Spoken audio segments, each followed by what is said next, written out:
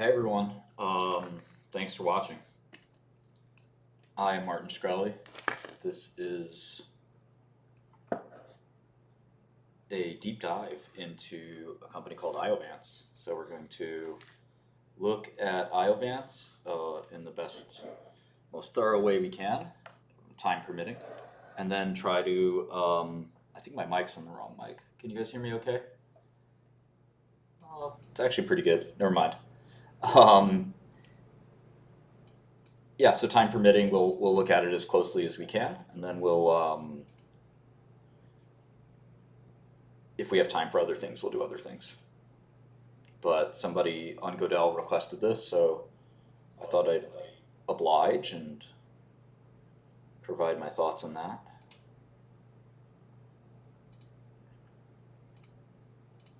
Just setting up here, and I'm going to advertise on Twitter.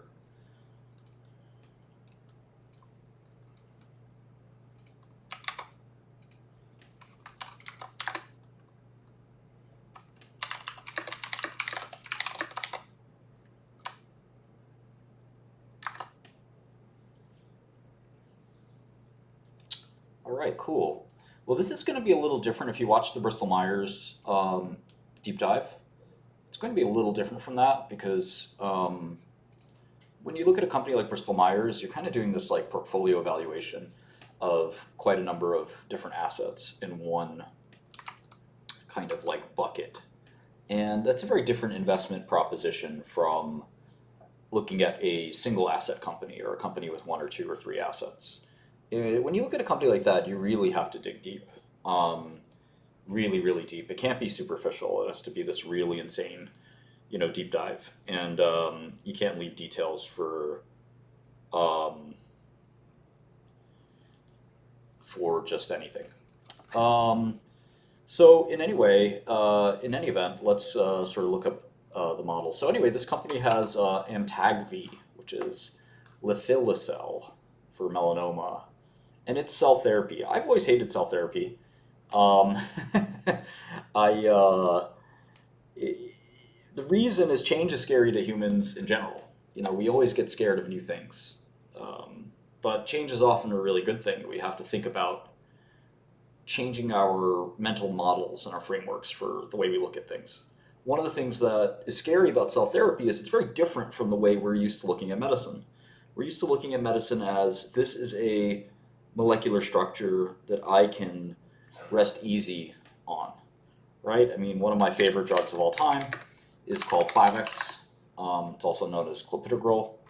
I'll show you the molecular structure real quick. Here it is. Plavix was a best-selling drug, sold many billions of dollars, saved many lives. So one of the first great blood thinners. And very easy synthesis, very simple molecule, not very many atoms, in fact. You have this heterocycle, benzene, one chlorine hanging off there, hydrogen coming out of space here, and a simple functional group there. And you have a great drug. And then when we went to antibodies, the molecules were a lot bigger, but they were still sort of familiar in the sense that amino acids make up these gigantic proteins. So that's okay. They're very different, but they're large, and it took a little getting used to, but that was fine. Cell therapy is totally different. Cell therapy is this idea that you can take actual full cells and put them into people as medicine. Now, cell therapy wasn't new, interestingly. We've been doing autologous stem cell transplant, and allogeneic stem cell transplant for a long time. But why are cells so strange? Well, one, it's hard to characterize them. They're kind of a black box. We really don't understand what's going on in a cell in perfect detail. We understand the broad strokes for sure, but that's one big question. So what the heck is this cell doing? The other is just from simply the source perspective and manufacturing, where are these cells coming from? And we know that if we give somebody else's cells into your bloodstream, your immune system is going to have a really potent reaction to that. And that's why with stem cell transplant, we eradicate the immune system and try to get a graft, and you still could get graft versus host. So that's the sort of question that's very important. Where are these cells coming from? Maybe they're coming from the patient, maybe they're coming from somebody else. How do we sort of deal with that? And the last thing that really bothers any traditional drug person about cell therapy is pharmacokinetics. In drugs, we can measure how long the drug stays in the bloodstream, and we can do that in animals. And we can use something called allometric scaling to predict how it'll work in humans. And when a drug has good pharmacokinetics, or PK for short, we can advance it further into human clinical trials. If it doesn't, we can't. There's no way to tell with cell therapy kind of where is the drug, quote unquote, because it's cells, not a drug. Where are these cells in the body? Can we trace them? Can we track them? Not really. We just sort of hope that they kind of engraft or stay or something. And that's why a lot of these cell therapies are very akin to stem cell transplants. They're not exactly, the ones that aren't sort of transplantable don't do very well. So let's look at a deep dive into MTAGV. We have a lot to learn about this drug. I'm going to start with their website. So pretty clearly here it says, your melanoma, your cells, your treatment. Okay, well that seems reasonable.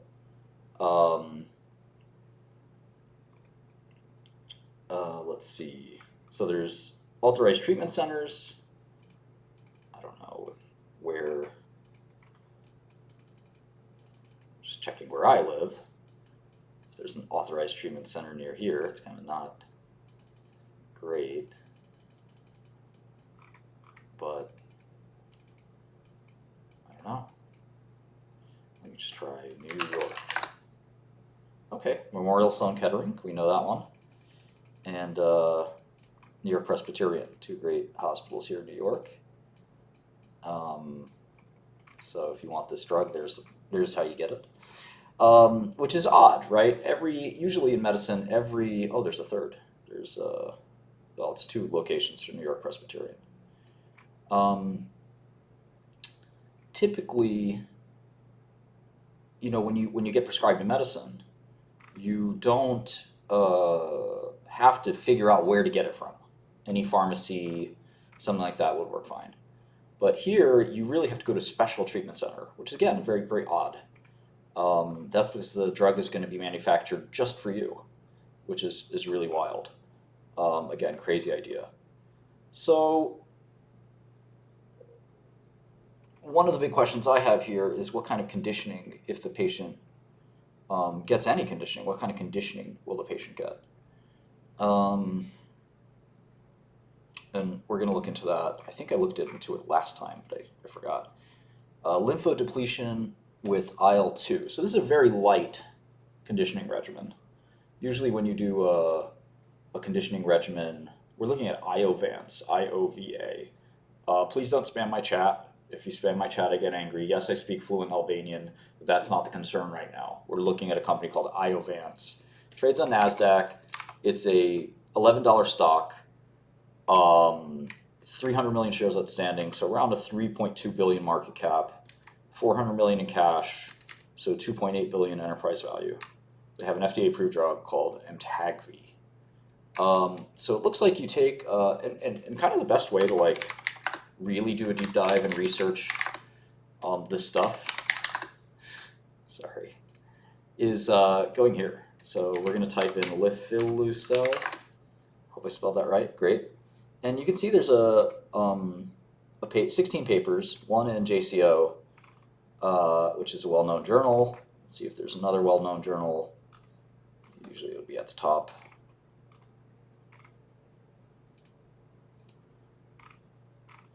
All right, well, at first glance, that's one paper of interest, but typically you would want to read every single paper that gets published about this drug. So let's start with this one. JCO is a pretty good journal. Oh yeah, the pharma book I was talking about was Merck. It was a Merck chemist. What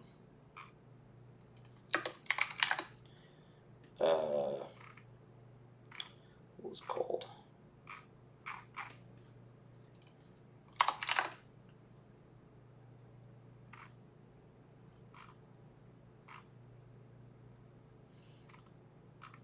see if I can find it.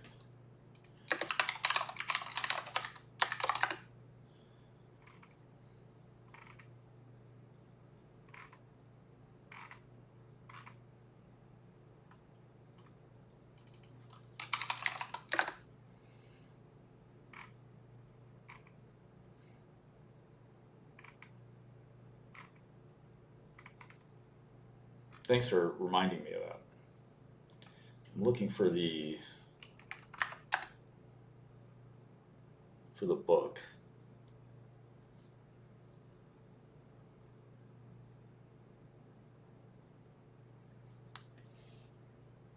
It was not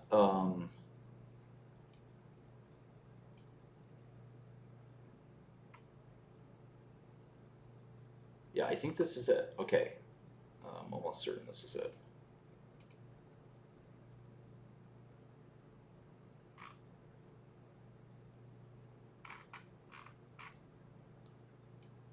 Oh, maybe not.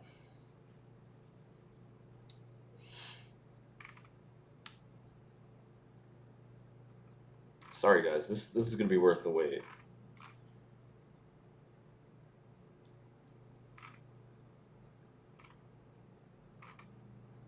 It was like really my friend was mentioned, many of my friends were mentioned in the book actually. And it really was it was a Merck guy. So I want to make sure that I find it. Well, I might have to look it up later, unfortunately, because I really can't find it. It's surprising. I think that I remember some of the drugs they went through.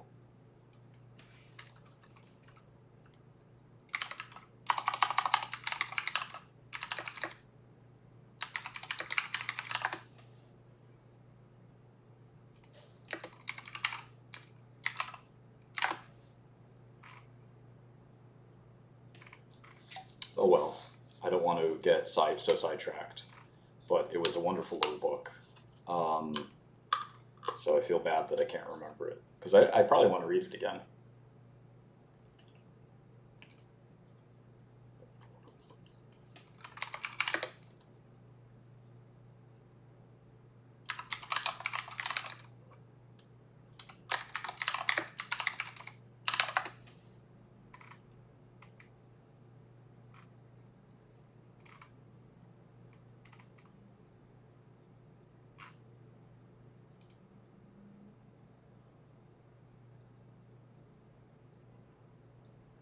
Yeah, I think, in fact, I think I remember lovastatin was one of the drugs mentioned.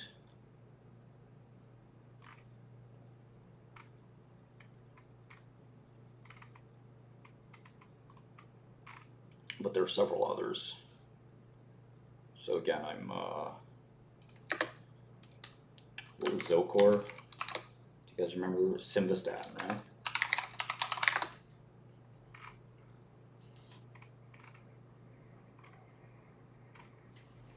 This was such a tiny book, it was so out of print. Like nobody read this book, but it was so good. And I'm trying to remember, my friend Jim McDonald, who was a top guy at Merck, was also mentioned in the book. So I'm still looking for...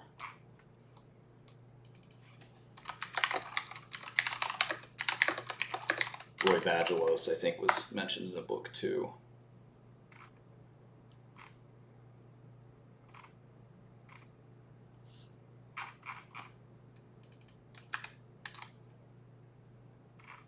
All right, well, I think I have to give up because I'm getting too sidetracked. So let's talk back about Iovance here. The deli coffee is great. Thank you.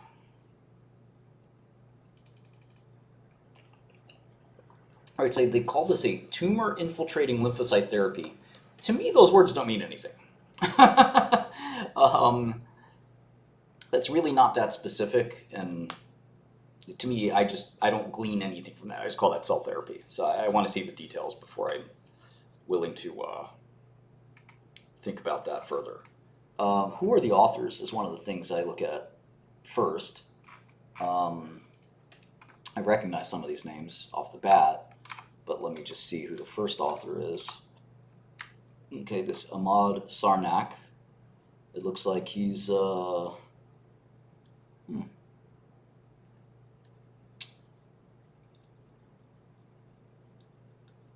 looks like he's. See, it doesn't really say what his affiliation is, which is not great. Oh, there we go. Okay, he's at Moffitt, which is a well-known cancer center. So most of these people are clinical investigators that have worked at that work at different cancer centers. In fact, it looks like maybe all of them are. Yeah, I recognized Chesney, who's a well-known physician. Oh, there's one or two guys from the company, Iovance. I see their names there. Let's recognize some of them as well. All right, so typical clinical paper here. Effective treatment options are limited for patients with advanced melanoma who progress after checkpoint inhibitors like Keytruda and targeted therapies. Adoptive cell therapy. What is adoptive cell therapy? Probably also meaningless, but adoptive,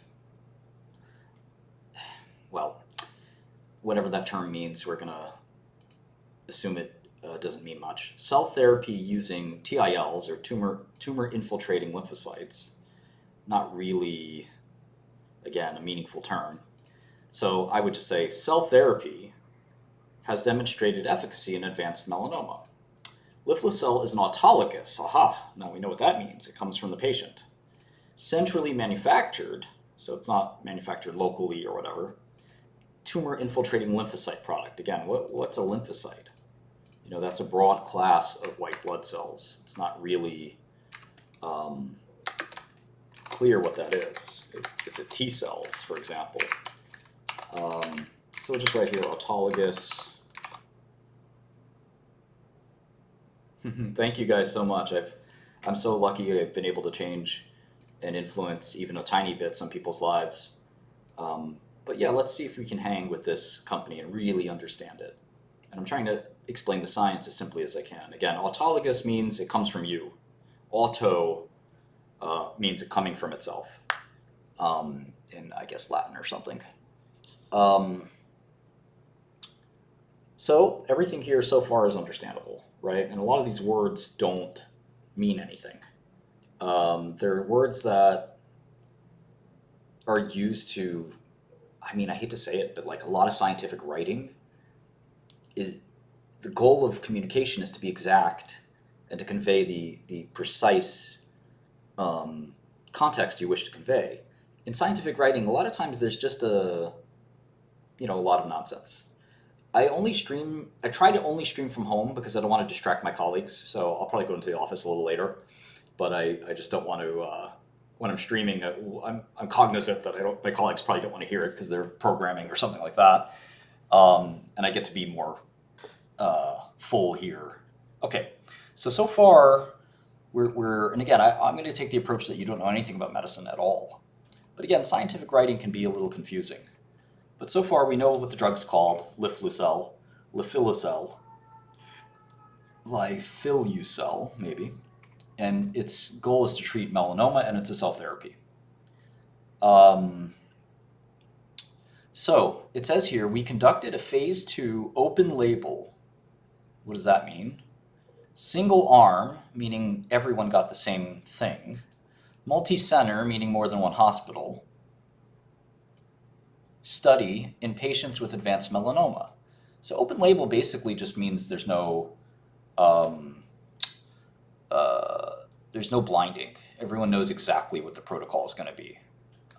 So no blinding, no mysteries whatsoever. And so these were patients that had previously been treated with checkpoint inhibitors and BRAF/MEK inhibitors. So these are really bad patients. They are very, very sick. They are likely to be dead in 6 months. How do you know that? Well, you can do some research on that yourself, but people who have metastatic melanoma and they've no longer responding to a checkpoint inhibitor, and they're no longer responding to these drugs, which don't work very well anyway, you have a very, very limited lifespan there. Now, there is one thing you have to ask every time you look at a medicine is, has anything else happened in medicine for this disease? And the answer is yes. And in fact, Bristol Myers, which we looked at last time, has a drug for metastatic melanoma, and it's a brand new antibody. Let's see if we can pull it up. And that's why, like I said, it's handy to specialize in a sector, because you end up kind of getting insights from one thing to the next. And it doesn't look like we made a page for it, but Opdualag is the drug I'm talking about. It's a LAG-3 antibody, and they combine it with the checkpoint inhibitor. So from a competitive perspective, but also from a scientific integrity perspective, it's interesting that this drug was studied before the Opdualag era. And that is important because it sucks to study a medicine while another medicine is changing the game for that disease.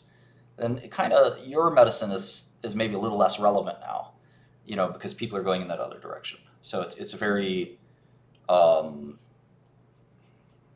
interesting way to look at it. Anyway, so these are very, very sick people. Metastatic melanoma doesn't sound bad.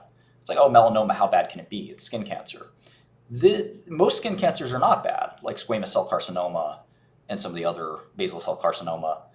But metastatic melanoma means the melanoma has spread from your skin to a vital organ, and it's a very aggressive disease typically. Okay, so it says here, Lifileucel was produced from harvested tumor specimens. So they harvest your tumor, melanoma, in central CGMP or central GMP facilities using a streamlined 22-day process.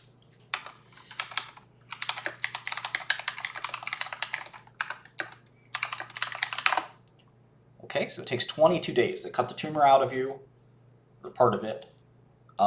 They cut all of it out of you, but it's on a vital organ, so they can't cut it out of you.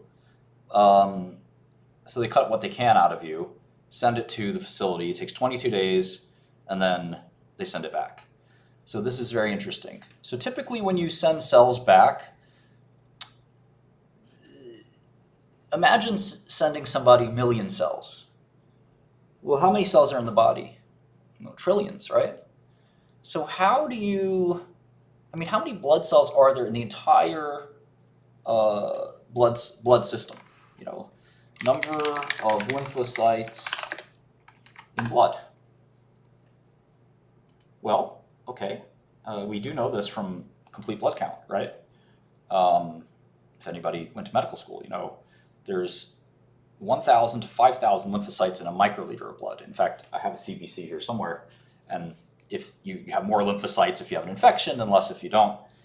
So if you have those lymphocytes for a microliter, we know there's 5 liters of blood, right? So let's see.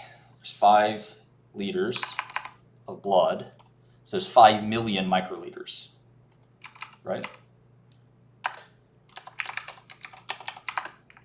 And if there's 1,000 on the low end to 4,800 on the high end, there's going to be 5 billion lymphocytes, or on the high end, 24 billion lymphocytes. So if I give you 1 million cells, is this really going to make a difference? No. They could be super cells and they still won't do anything, right? It's just not a lot. It's 1/5000th of the amount of cells you have. Well, if I give you another 0, let's say 10 million cells, that's still not very many. How about 100 million cells? Well, maybe that's starting to get there. That's 2% of your lymphocytes, maybe. So, we're going to try to replace the lymphocytes, but the problem is we can't replace the existing cells. Or can we? Well, it says here that patients received a non-myeloablative lymphodepletion regimen. So typically with these cell therapies, especially for transplant, you want to wipe out all of the cells. You want to wipe out the whole bone marrow, the whole blood cell kind of system, excluding the red blood cells. And you can do that with chemotherapy. And in fact, if you ever get a stem cell transplant, the reason it's so tough is you're going to be in the hospital with no immune system. And you're put into almost like a clean room so you don't get an infection. And that is very, very, very tough process. In fact, it can be lethal. The treatment can be lethal, which is really frustrating for physicians. I'm trying to save your life, but the therapy has a good chance of killing you. And that's why stem cell transplant is a last-ditch effort often for very, very severe diseases. It's not done lightly. So myeloablation, ablation means to destroy, right? Ablative, ablation. We even are now starting to use this word in AI, believe it or not. But it just means to destroy or remove or something like that. And so myelo is the bone. Well, myelo is really the bone marrow. But myeloablative is what it sounds like. So typically you get this myeloablative regimen of chemo. And so that's not what they're doing here. Interestingly, they're doing something called lymphodepletion, which again is not really a word that means anything. What does that mean? They're going to try to lower your lymphocytes. Well, that sounds like myeloablation euphemism to me. But, regardless, they're going to lower something with IL-2. IL-2 is an old drug. In fact, if you know the history of biotech, it was maybe the first, I want to say it was the first cytokine ever cloned and made under recombinant DNA technology. It was made by a company called Chiron, Chiron, which was a legendary biopharma company that did a lot of firsts. I want to say it was in maybe 82, but I don't remember exactly. I wasn't born yet. So it says here that they got the regimen, which we know is IL-2, but they don't say that here yet. And they got a single infusion of the drug. So you get a single infusion.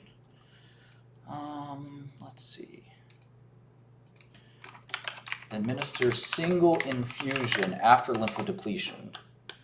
And then you get 6 doses of high-dose IL-2. Is that for more lymphodepletion? I don't get it.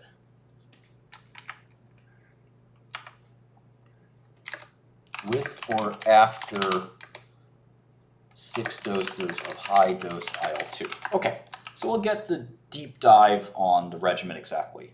Sorry, I don't do deep dives unless you're a Godel customer. I appreciate all the Godel customers, and even there I don't have the time to do deep dives for everyone. Godel is a terminal software me and my colleagues make that we think is going to compete with Bloomberg and many other great terminal software companies. We have a lot of fresh ideas. I think a lot of the people out there that are trying to make financial software aren't doing it in a intelligent way. They don't really understand what traders really want. I think we do, because we are traders. We traded our whole lives. And so in any event, Iovance is an interesting company. There's some people that are very large stockholders that are well respected. So, it'll be interesting to see what happens with this company. But they did get FDA approval, so let's keep going there. So the primary endpoint, and this is really important. In every clinical trial, there's a primary endpoint. And I was telling a friend the other day about Bonferroni. Oh, I should get his name right. Bonferroni, I believe. Yeah, I got it. Bonferroni correction. And this idea that multiple comparisons are invalid in statistics and inference. And it makes sense. If you played a basketball game, and we know what the primary endpoint of a basketball game is, right? A primary endpoint of the basketball game is points. Whoever scores the most points at the end of the game wins. It's not at halftime. It's not how many assists there are. It's not how many slam dunks there are or three-pointers. It's just... Godel is this website, Luke. Our terminal does kind of everything in finance, or it will. It's still being built, of course, but you're welcome to try it for free. in basketball, we know what the primary endpoint is ahead of time, and we don't change it. It would be weird if halfway through the game we said, you know what, for this game and this game only, we're going to, foreign stocks are actually coming this week. So thank you, McNugget. We're starting with Canada, and then we'll add all of the other markets soon. And then maybe the price will go up too. You know, I like to raise prices. You know, but if you subscribe now, you keep the same price forever. So that's the deal I'll make after the drug pricing increase. I thought I had to be nicer to the people. So if you subscribe now, you lock that price in forever. But we are going to raise the price, probably double it in the next month or two. So sign up now if you want, or wait till then. I'd rather you wait till then so you pay more. But anyway, I know stock-based compensation is Christos. SBC is hard to value.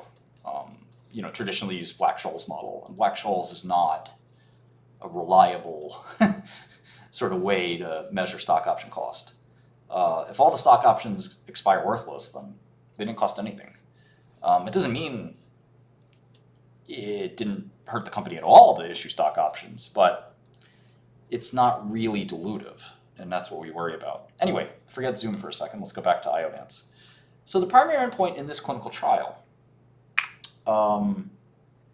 is something called ORR, or objective response rate. And there is a literal handbook on how to measure this, and it basically means tumor shrinkage. So a response is a certain amount of tumor shrinkage, and you typically need 50% tumor shrinkage. And they talk about what exactly, how exactly you measure by the axis, the long or the wide, and sometimes these tumors are pretty hard to measure.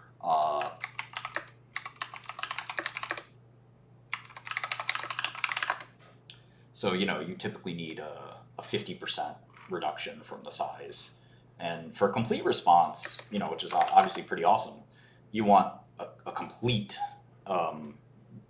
disappearance of the tumor. Getting a complete response is awesome in cancer. It's very rare, but a complete response means the tumor's gone. A partial response means 50% or more of the tumor's gone.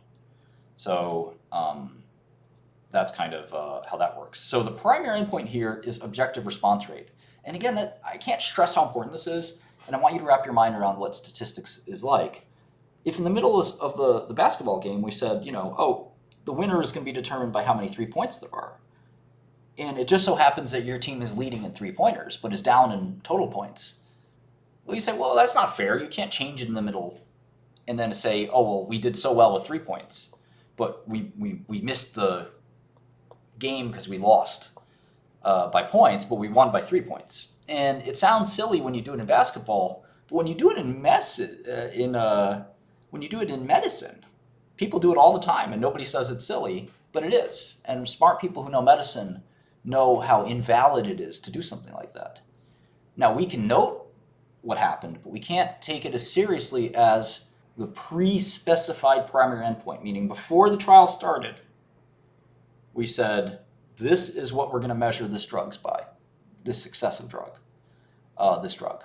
We're not going to look at anything other than that from a statistical perspective. We might note what happens, but the main goal has to be set before. It's called a priori sometimes, or just pre-specified primary endpoint. Okay, so it says here 66 patients received drug.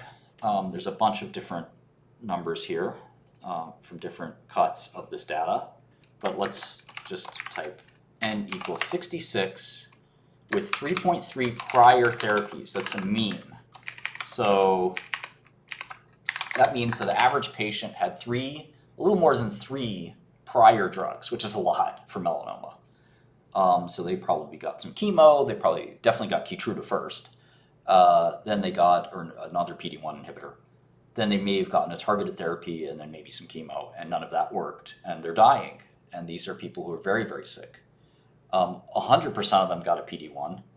A number of them got CTLA-4, and a number of them got a BRAF drug.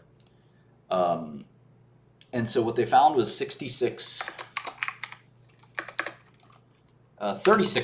of patients had an overall response, which is kind of good. So a third, roughly 36% of patients had their tumor shrink by 50%. And imagine yourself as one of these patients. You have metastatic melanoma, maybe it's spread to your liver, and your doctor says you have 6 months to live. You take Keytruda, and that keeps you alive for 6 months. Then you try CTLA-4, it doesn't really work. Then you try a MEK inhibitor, it doesn't really work. And you may have a few months to live at this point. And then you try this drug. And all of a sudden, your tumor shrinks. But you only have a 1/3 chance of your tumor shrinking. But it doesn't disappear completely. It may only shrink by 50% or more. But it also is important for the other 64% of people whose tumors didn't shrink by 50% or more. What happened to their tumor?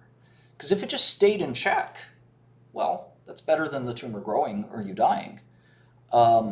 And certainly of these 36% of people who were lucky and had their tumor shrink by 50% or more is a pretty good thing.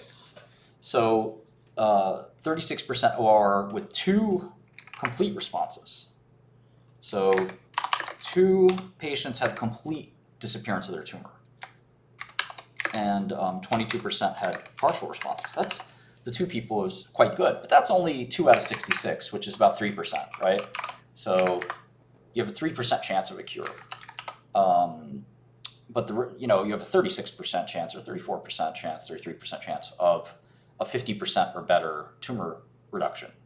And you're not going to die if your tumors are shrinking, which is great.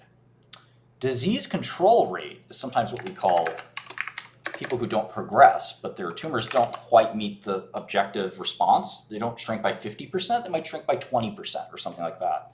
So 80% disease control rate means, well, the tumors may not be shrinking by 50% or more, but they're not progressing. The other 20%, unfortunately, did progress and most likely passed away. The median duration of response, so if we just take these 36% that do respond, how long do they respond for? Because it's no good to me if my tumors shrink for 2 weeks and then they come roaring back, and that does happen sometimes. In this case, it looks like the median duration of response was at least 18.7 months on it. Well, that's the median. But it does look like some of those patients had a response. You can see this one for 0.2 months. Well, what is 0.2 months? That's really not very much. That's 6 days before the tumor came roaring back. But on average, if you do respond to this drug in that 36%, you will have a decent response. Okay, in the primary refractory to PD-1 subset, the ORR and disease control rate was 41 and 81. Now, I thought all of these people were refractory. It's at 100% here. So I'm a little confused. But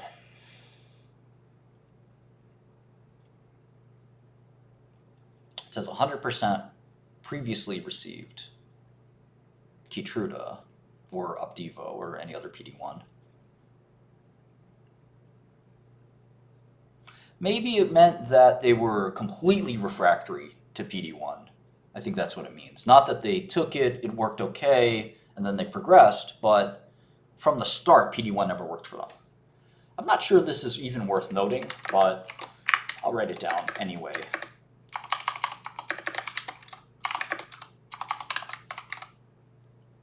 Refractory cohort, 41% ORR, 81% disease control rate. Safety profile is consistent with lymphodepletion and IL-2. Okay, so it doesn't sound like there are any side effects from the therapy, but these are very sick people, so there is a tolerance for side effects. Let's keep reading. Now that's the summary of the article. We're going to start reading the actual detailed article, and we do need to do this. I know there are a lot of people that have ADHD that don't want to do all this work, but I hope to show you that you do have to do the work. All right, so indication, of course, is metastatic melanoma. Okay. The treatment of metastatic melanoma with immune checkpoint inhibitors, that's Keytruda and Opdivo, and targeted inhibition with BRAF and MEK has improved patient outcomes. 40 to 65% of patients with advanced melanoma have primary resistance. Okay, so that's what they're sort of saying here. 40 to 65% of of patients have primary resistance to PD-1. Of those with initial disease control, 30 to 40% develop an acquired resistance. Usually that means some kind of mutation in the tumor. And so 15 to 20% of BRAF's V600, V is the amino acid called valine, and 600 is literally the 600th amino acid. So BRAF is the gene, and the 600th amino acid in this gene is valine, and it moves to some other amino acid, which is called a mutation. So not that hard to read these things if you know what you're reading. 15 to 20% fail to respond to targeted therapy, and only 22% remain progression-free at 3 years. So very, very tough disease.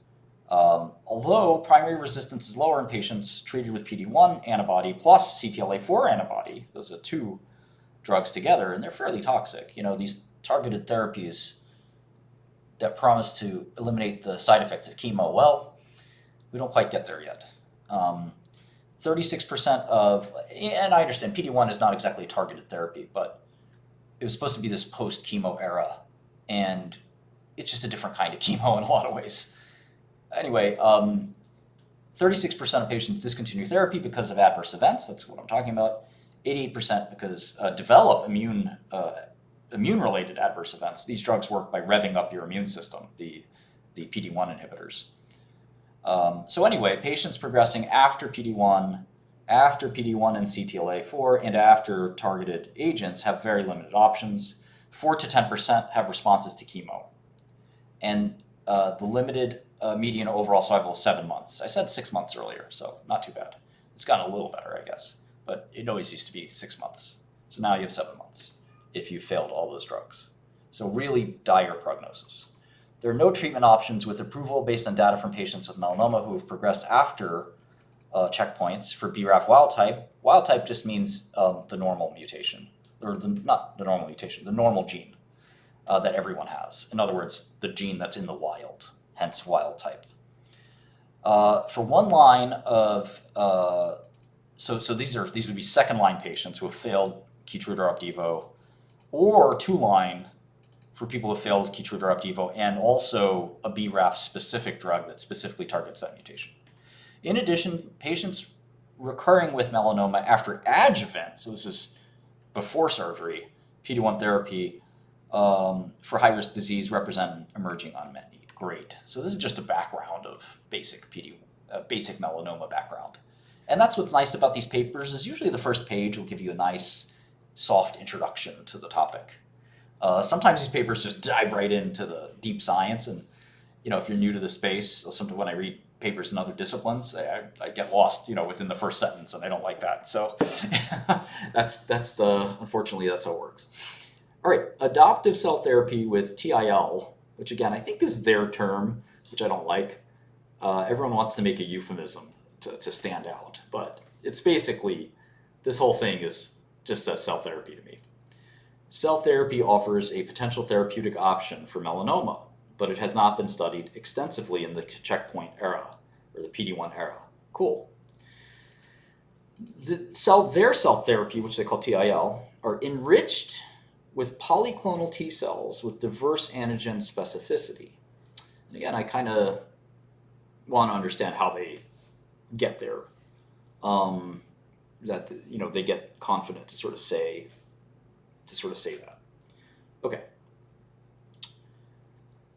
Extraction of a fragment of tumor followed by ex vivo expansion. So expansion means letting the cell divide and growing the cell. So you have to feed the cells, and you have to put them in a place where they're able to grow.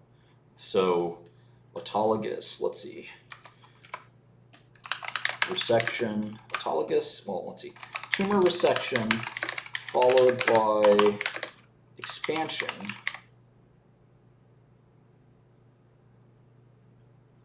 So ex vivo expansion means outside of the body. Vivo means life, or in vivo means in life. Ex vivo means, well, we're going to take the tumor out of you and then we're going to put it in some kind of equipment and expand it there. So extraction of a fragment of tumor followed by ex vivo expansion removes TIL from the hostile tumor microenvironment. okay? And reduces the immunosuppressive effects of intratumoral regulatory T cells. Let's break that down a little bit more. And I firmly believe you can understand anything if you slow down enough. If you get frustrated and angry that you don't understand anything, well, you're never going to make it with that perspective. But if you slow down a little bit and look at it, it's not that hard. So we got this part, extraction of a fragment of tumor. That's pretty simple, snip, snip. Or it's actually like a punch, hole punch sometimes. But I think this is actually more of a surgical knife resection. So it's a very serious one. All right, followed by ex vivo expansion. We got that part too. We take the tumor, put it in some kind of expansion type equipment. Okay, they're saying that this process removes the TIL, which they call tumor infiltrating lymphocytes.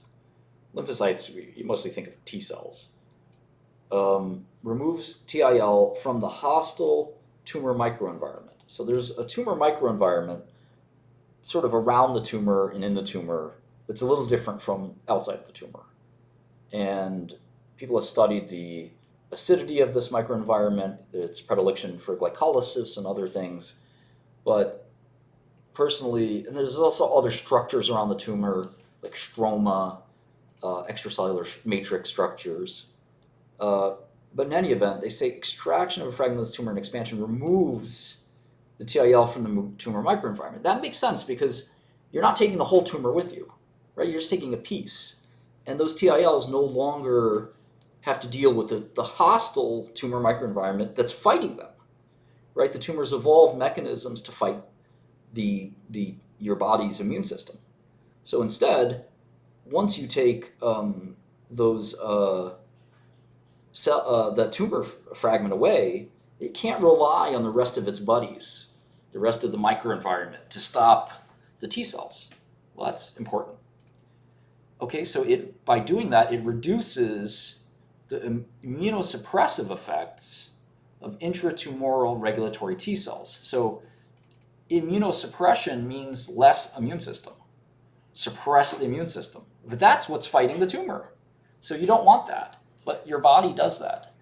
Part of that is because the tumor is putting out these regulatory T cells to stop you from fighting the tumor. And they're saying that when you take the tumor out and put it in this expansion device, you'll have a lot less of that. That's great. So it says here, expansion of these outside of the body, ex vivo, rejuvenates the cells, yielding billions of such cells to be infused back into the patient. Well, again, I mentioned that there are 5 billion to 24 billion lymphocytes, period. So it's exciting that they're saying they're going to yield billions of cells, because that's kind of the amount we need to make a difference. We can't just give the guy 1 million cells. It's going to have to be a very large amount. Okay, so far so good, right? That wasn't that hard. Melanoma is characterized by a high mutational burden. So in melanoma, there's a lot of mutations in different genes. That's not always the case in cancer, by the way. And highly individualized neoantigens. What does that mean? Well, neo means new. And an antigen is something that your immune system is supposed to target. Antigenicity is what you want in a vaccine, for example. You're introducing an antigen, and you're hoping the body makes an immune response to the antigen. And in this case, in fact, we probably all have antigens and neoantigens from mutations, but because we're under a certain age, our immune system is still vibrant and still stopping these tumors from growing. As we get older, our immune system weakens, and these neoantigens start to become cancer. So when it says highly individualized, that means that there are diseases like non-small cell lung cancer where there's a very specific gene and a very specific mutation, down to the amino acid, that you can individually treat. That's not the case in melanoma, where you have a smorgasbord, a cornucopia of tumors, mutations, and it's hard to sort of decide, well, what drug do I give for that? So a cellular therapy product that can address the broad nature of neoantigens and the unique array from each patient would lead to the possibility of a tailored response. Okay, so they called this thing Lifileucel, and its old brand name used to be, the code name used to be LN144, and we want to search for that too. If we only search for Lifileucel, we may not get anything, but we need to search for this term too. And the search engines have gotten a little bit better about that. So Lifileucel is an autologous TIL therapy that uses tumor tissue T cells capable of recognizing tumor antigens. That's the ideal. And being expanded ex vivo while maintaining the heterogeneous repertoire of T cells. There's lots of different kinds of T cells. Using a centralized manufacturing process. I guess what they're saying is that you don't want the manufacturing process to give you this one type of T cell, this homogeneous T cell. All right, we report the safety and efficacy of Lifileucel, a one-time cellular therapy in patients with advanced melanoma who have progressed on checkpoints and BRAF, if they were BRAF positive. Trial was conducted with the Declaration of Helsinki. Doesn't that sound auspicious? The Declaration of Helsinki. And the GCP, where is Helsinki again? Finland, right? And the GCP guidelines of the ICH. That's another, haughty idea, the International Conference on Harmonization. The ICH was the idea that they would harmonize all of the rules to make one set of rules. There's probably some Swiss guy with a long beard deciding this. All patients were provided written informed consent. That is part of the Declaration of Helsinki, I think. And the trial was designed and sponsored by Iovance Biotherapeutics, Inc., which is IOVA on NASDAQ, and that's what we're studying. And yes, we're just trying to make a quick buck here. But there are brave people who work at this company, built this company, and investors as well that stake their money on this company, and they build something amazing. How amazing, and do we want to buy the stock or not, is another question. But it is something to keep in mind, that these are real people. It's not just four letters on NASDAQ. It's a bunch of people that decided, I want to start this company. I want to make this company, and we're going to see it through. Okay, all authors discussed, analyzed, interpreted the results, and vouched for the accuracy and completeness of the data analysis and adherence to the protocol. You can actually get the study protocol, which is really cool. Maybe we'll look that up in a minute. All authors contributed to the study. Professional medical writing was paid for by the sponsor. Okay, so this is the NCT entry, and this is very important. NCT 0236059. Why? What is this? Well, you can go to clinicaltrials.gov, and it'll actually, I hope this doesn't take me somewhere else. Good. It'll show you the clinical trial entry. So this is an entry that the public can see, and they'll look at it and say, maybe I want to be in this trial. And you can see when the study started, which is very interesting. That was a long time ago. Study start 9/2015. Now, whether the first patient got dosed then or not is another question, but it's something interesting. And it also said that they treated 178 people. And you can see I had this 66, then I had 111 up here, and 178 up here. So it sounds like they kept going. And they called it a phase 2. I called it a phase 1/2, but you know what? Let's give them the benefit of the doubt and call it a phase 2. It doesn't really matter what you call it. And so they had 57 study locations.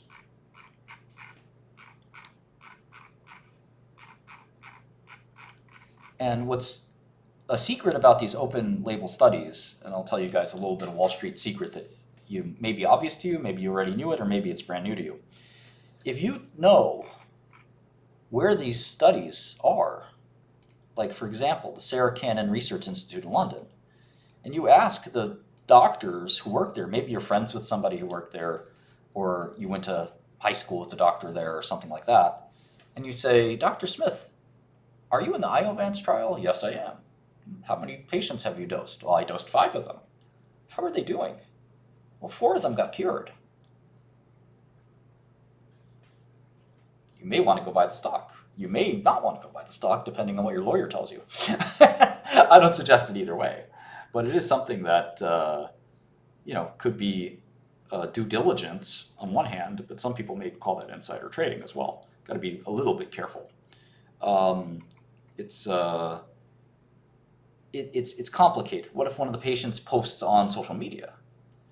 There's a lot of ways to look at it and think about it. Now, if somebody tells you the entire study results of the whole study, I'd say that's insider trading. But if just one doctor says the patients are doing well or something like that, well, it's only 5 patients. There's going to be 100 patients in the trial. Does that really mean anything? Could be nothing. So in any event, something to think about, that maybe certain Wall Street players do that. I would never, ever encourage that. But, you know, they have the list of doctors right here. I mean, it's right there. You tell me this guy in Hungary isn't going to tell you what happened? So in any event, all the details are here. What's interesting is you can see that they actually changed from one manufacturing process to another. And they call that Gen 1 or Gen 2.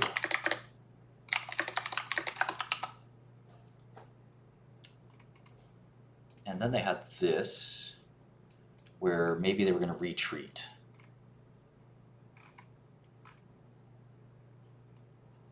So they had 4 cohorts.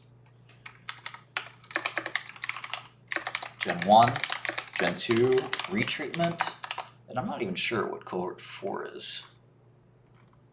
It's still open, maybe?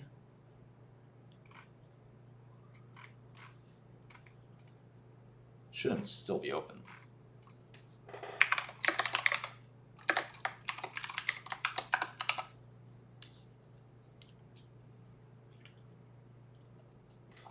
Okay. So we have the official NCT number. This is the paper we're reading, Sarnak et al., that describes the results. So we have everything we kind of need to really understand this medicine. This is the cohort 2 data, I guess. And it says here the patients were enrolled from April 2017 to January 19. That doesn't really connect with the clinical trials thing, but maybe it's the cohort 2 at 26 sites. Okay, so they had stage 3C or 4 metastatic melanoma with radiologic progression. They must have progressed on the drugs we've talked about many times. Basically, everyone was eligible to get the drug. One lesion measuring 1.5 centimeters in diameter had to be resected. So what's 1.5 centimeters? I don't know. Maybe the size of one knuckle of your pointer finger. It's about 1.5 centimeters, maybe half of one knuckle, depending on how big your finger is. Half of a knuckle to one knuckle. So about a, I don't know, a little nugget.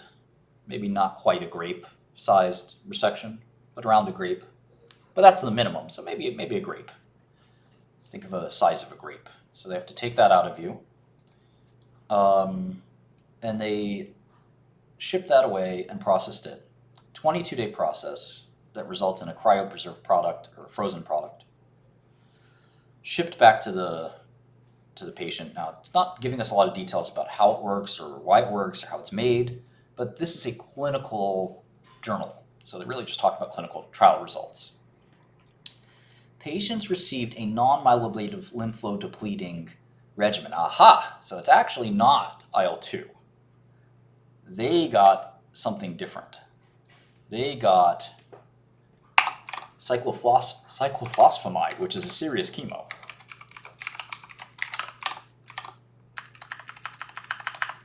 And fludarabine, which is another serious chemo.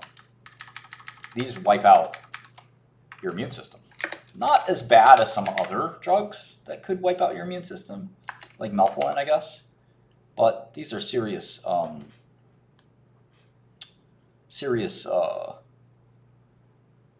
lymphodepletion or immunosuppression or myeloablative, I would call them, therapies.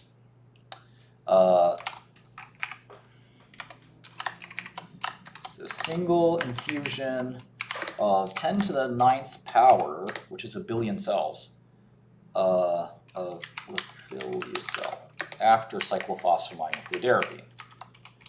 6 doses of high-dose IL-2 after. So IL-2, I think, would stimulate the immune system. So does it get those cells to divide or not? I'm not sure, but it's kind of it's an entire regimen. It's ablate the bone marrow, add new cells, and then stimulate the immune system with IL-2. So it's kind of a bunch of things to do here. And it's between 1 and 150 billion. So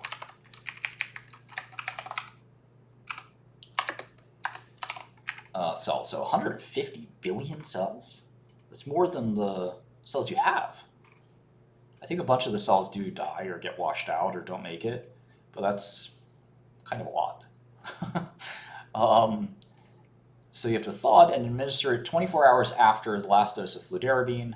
Again, a vicious chemo that will eliminate some of your blood cells. So the patients are not that old. Average of 55, median of 55 years, some of them younger than that. I mean, precisely half of them younger than that. But one is as young as 20. Metastatic melanoma is not just an old person's disease. Most of the patients were stage 4, some in late stage 3, stage 3C. Well, it says here that the mean number of prior therapies is 1.69, but previously they said it was 3.3. I think that was the median. So some of these guys got like 10 therapies or something, but that's a little bit odd, right? Here it said the 66 patients received a mean of 3.3 prior therapies. Well, why does it say right here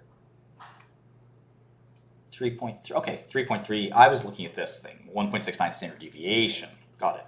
So it's consistent, 3.3 here. I was thinking maybe my eyes are deceiving me. Most of these guys got CTLA-4, that's Iovance. That's another Bristol Myers drug. Some of them got the combination. Some of them got BRAF and MEK. In fact, looks like most of the BRAF and MEK positive patients got those, which makes sense. Some of them got IL-2 itself. Some of them got surgery and radiotherapy. But most of these people that did not work for. Obviously, that's why they're in this trial. Here's the metastases. So 35% have a liver growth, 11% brain. Liver and or brain, about half the patients. So if you have melanoma and it's spread to your liver or your brain, you're in big trouble. About half the patients, their tumor was more than 70 millimeters. So that's 7 centimeters, which is, I don't know, maybe this big, the size of an apple. It's a pretty big tumor.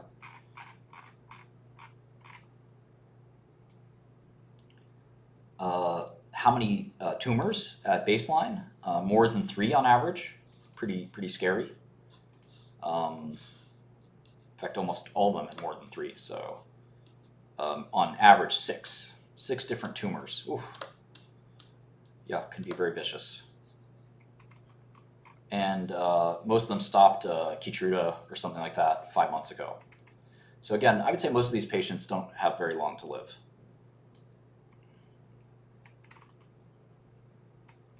Okay, and then there's a short course of IL-2 every 8 to 12 hours, up to 6 doses after Lifileucel.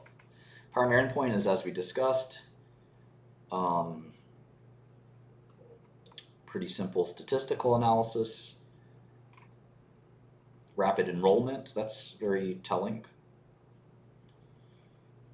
Historical response rate of similar patients is 10%, so pretty unlikely to see a response just by accident or with chemo or something like that.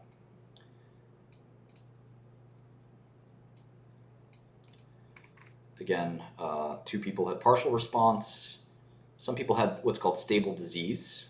So that's part of what we discussed earlier, is the disease control rate. So 14% progressed and 6% were non-evaluable, which for me just means they probably progressed or even died.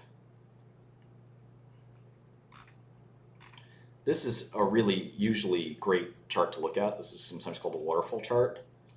And I like this a lot. I'm going to include it in our model. So I'm going to just take a snapshot of it and paste it. So imagine you see this chart. I would love to be in this trial if I had this disease, right? Because it looks like on average, I'm going to be around here. My tumor is going to shrink a little, right? But I might end up in this area here with huge tumor shrinkage. Would be great. Doesn't look like I have a high chance of jumping in here. So this is a really nice drug. And this is a big disease, by the way. There are a lot of people with metastatic melanoma. And at the price that they're charging, which I think is insane, some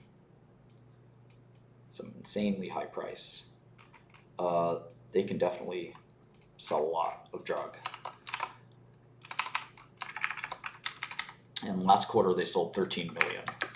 Let's see if we can see the price. Again, it's a one-shot Lifileucel. It's one therapy. So you get one-time shot. I want to say it was 150. No, 515,000. Holy shit. Woo! That is expensive. 515. Woo. Hell of a price.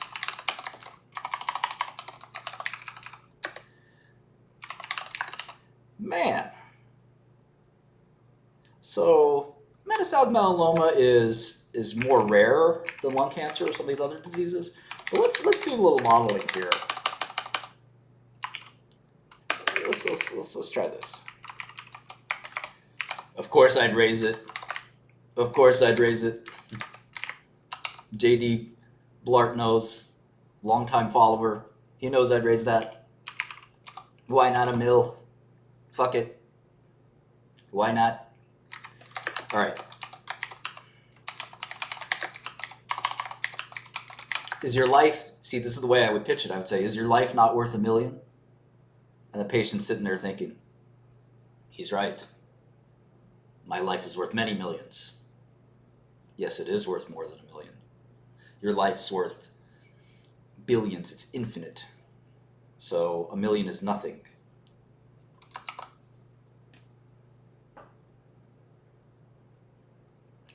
That's how Shkreli gets it done. Anyway, let's go back to reality. Metastatic melanoma. No, the patient's obviously not paying a dime.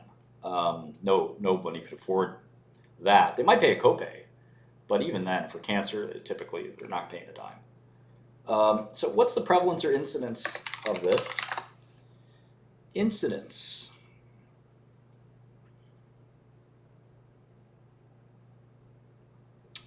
0.9 for 100,000 people. Well, it's 1 in 100,000. So that's pretty simple. There's 350 million Americans, right? So if we divide by 100,000,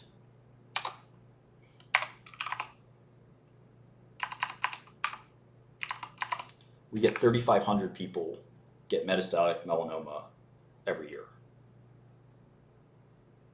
That seems lower than I thought.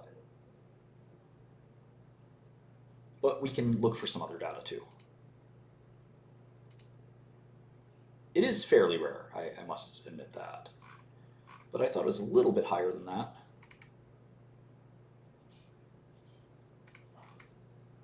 And again, it's very different for malignant melanoma, metastatic melanoma, and regular old melanoma. Very, very different things. Most of the time, melanoma is caught, it's cut out, it doesn't spread. But the metastatic melanoma or advanced melanoma is a bit different. We may come across a number, we may not. Iovance probably has a number. Whatever number they're saying, you could probably cut in half. Not always. Some companies tell the truth. Oh, it does say, no, that's not right. Well, we don't necessarily have, okay, well, this is actually a good number. It says 8,000 people in the US die from melanoma each year. And given this is a fairly bad prognosis, something between 3,500 and 10,000 sounds about right. But let's just pretend you could treat all of these people with this drug. You're talking about 500,000 times, say, 4,000, 5,000 patients. Well, that's $2.5 billion of revenue. And you don't need to be a financial analyst to know a $3 billion market cap is very cheap. So you could be seeing a 10x in this drug if that's what happens. Now, I don't think they'll get every single patient. But think about it. If Keytruda doesn't cure you, and they said that even if you got a good response to Keytruda, you eventually will relapse. And we'll look at that data in a second. So I want to look at that data. I might want to look at that right now. Let's take a look.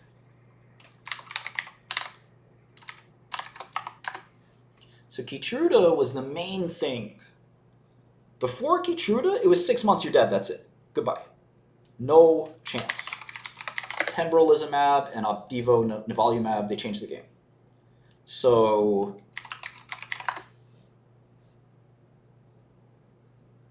let's take a look.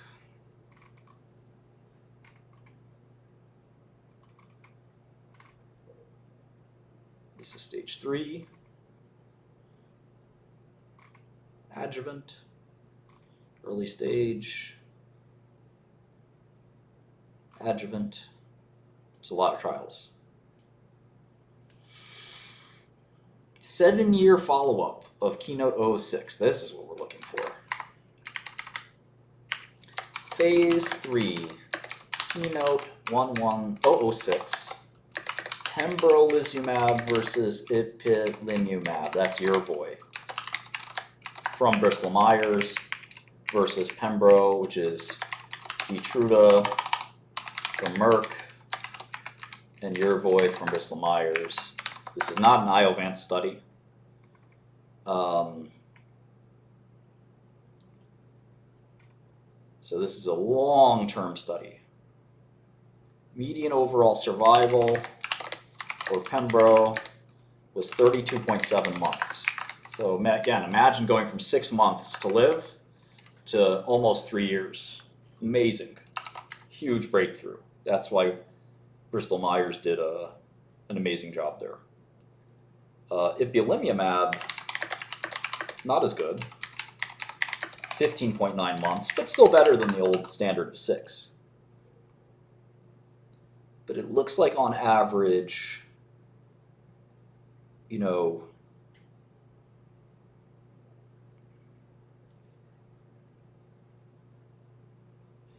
median PFS 9.4 months for Pembro. So it looks like for pembrolizumab, you get 9 months before your tumor grows.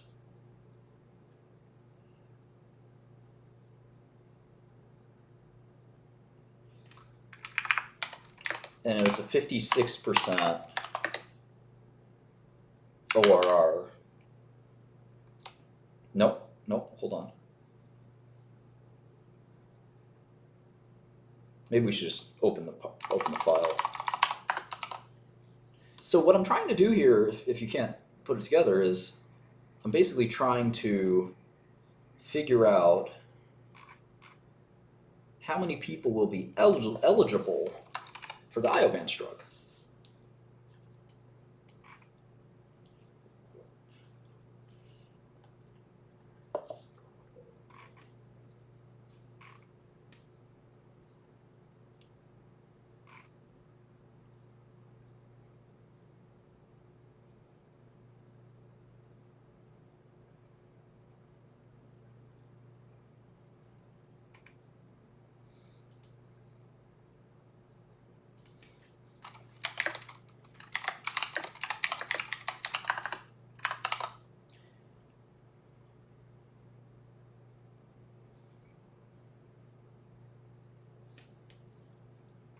Here's what's called the Kaplan-Meier curve, and this is crucial.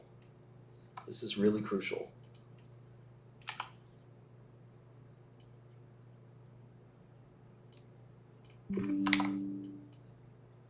And all this will be available on my GitHub, which I update regularly.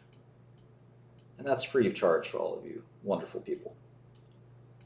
All right, so what does this mean?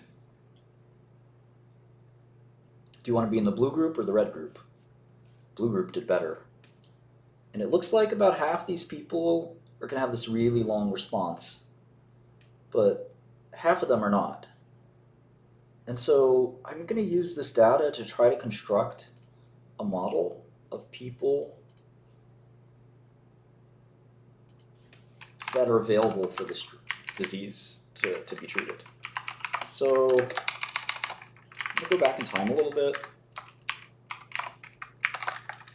They basically say 3,500 people get diagnosed with metastatic melanoma every year. How many don't get cured, and then therefore how many are available to treat. Now, normally you'd have to like aggregate this over time, but in reality, if you don't respond to this, you're basically in big trouble. So I could actually say that maybe as many as like 30% are available for treatment, 30 to 50%. And remember, we're only looking at the US here. The rest of the world is basically a third world country. So just one big third world country. So $900 million of sales if they got every one of those patients. They're not going to get every one of those patients. But maybe we try something like this, 70%.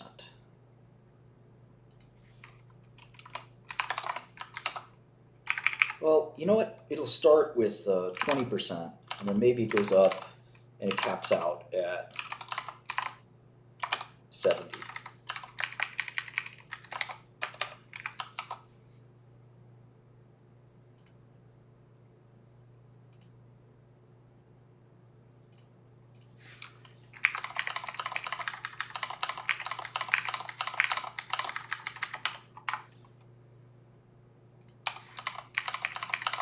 So revenue of 600 million, pretty good. Does that mean it should be a $3 billion company or more? I don't know. And are my numbers exactly right? Not quite yet. We still have some more thinking to do here.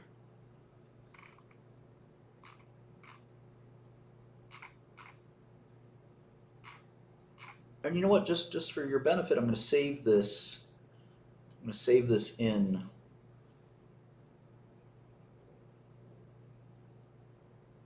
the folder.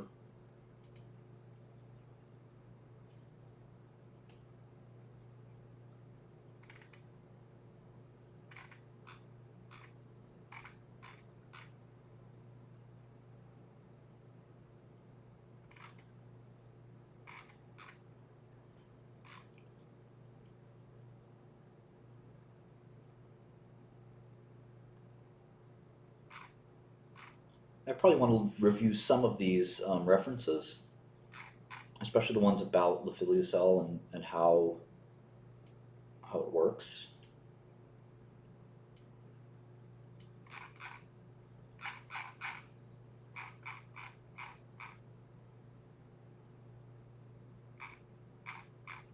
But this is really, really valuable. Let's see if there's some other pieces of this, and then we're going to move on to some other data. But the melanoma opportunity alone seems to substantiate the market cap, and that's just melanoma in the US. That's pretty good.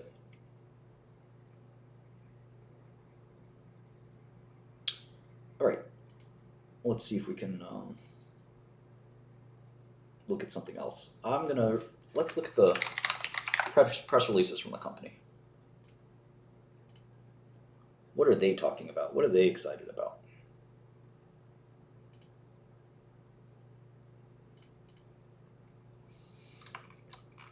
Well, here's their last quarterly result.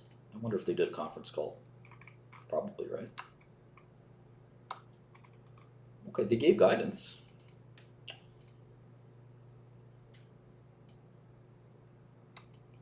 So they're saying next quarter, they're going to do 53 to 55. That's a lot. Can't imagine their Proleukin revenue is going to go up very much, right? So it all has to be coming from Amtagvi.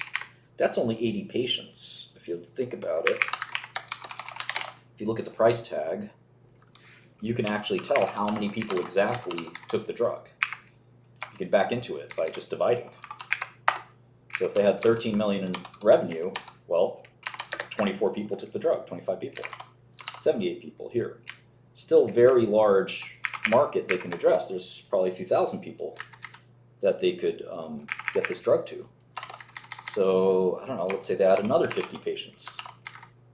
And you can also think about how many centers they have lined up. So if they have 50 or 100 centers where you can even get this drug, then it sort of makes sense that each one would have a couple of patients or something like that, right?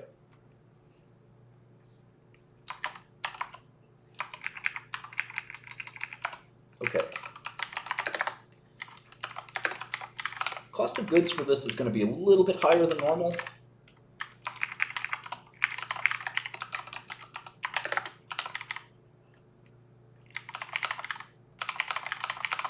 And you can see the core business would basically be profitable pretty quickly.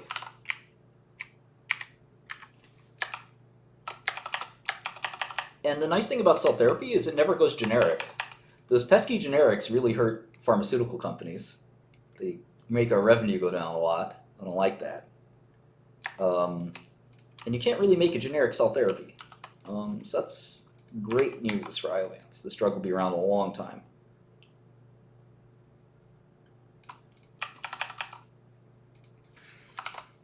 So I thought they could get 20% of the market, which would be 180 million, and looks like it was not too far. 120 is maybe more realistic, but then the rest of this just adds up. I don't know what's going on with the Proleukin sales. I have to see what their relationship there sort of looks like. That's a Novartis drug, if I was not mistaken. Novartis bought Chiron a long time ago.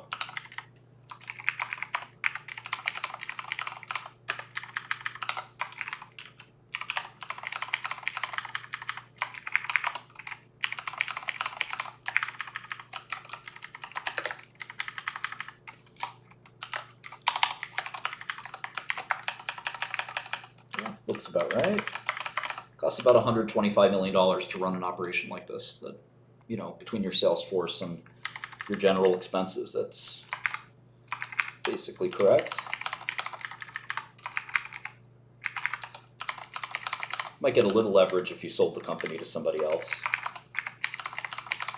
that already has a bunch of that infrastructure, but in general, that's kind of what you're going to get. Now, this is just a U.S. company, interestingly, so would actually be beholden to whatever tax rate politicians decide. In foreign companies, you don't, or at least in companies that don't necessarily have complete U.S. operations, which this one does, you could have some tax shielding. Okay, so let's say it matures very quickly, right there. What's interesting is I don't think this would shrink. And the discount rate's going to be fairly low. It's not going to be as low as Big Pharma. But this drug is FDA approved, which is basically a license to make money.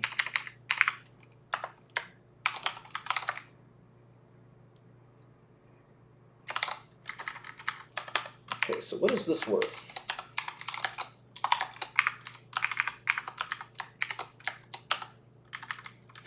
$3 billion. That's exactly what the market cap is. Funny, right? Maybe a little higher. So instead of 3.2, maybe 3.6. And that's just melanoma. That's just the US. So it's probably fairly valued, yeah. Every time I do one of these, the market's so efficient.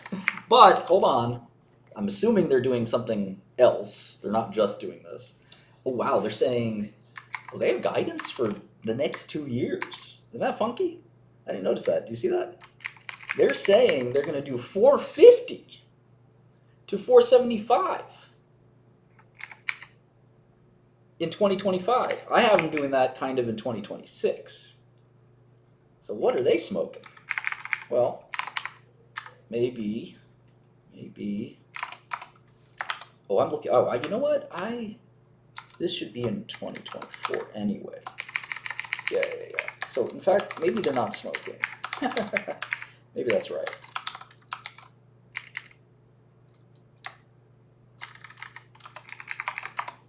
I had this a little bit messed up. Okay. Well, I don't know if I really had it messed up, but regardless. All right. So they're saying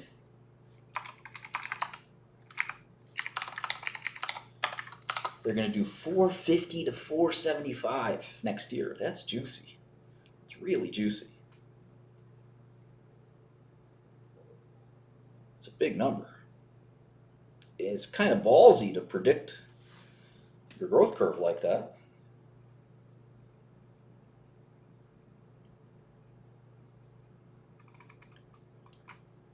And so the question is, like, this must work for some other cancers too, right? It's not going to just work for melanoma.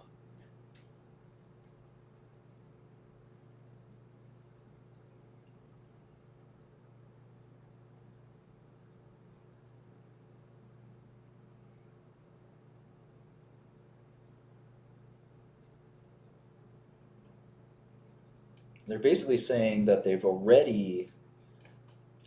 had 25 in the second quarter, which makes sense. I'm glad that checks out, because that's literally how much it costs. 515 times 25 is 13 million in revenue. So that's kind of cool that that works out exactly right. But he also said, or the company also said, they have 30 patients since the start of Q2, and this was in August.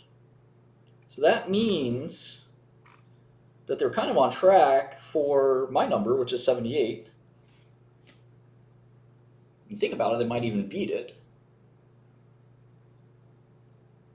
Could be 70 or 80, but it could be higher too. It could be 90. But it's about right. That number's about right.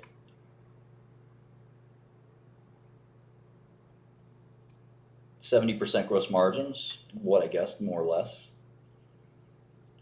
They also think Proleukin will increase significantly, which is kind of interesting.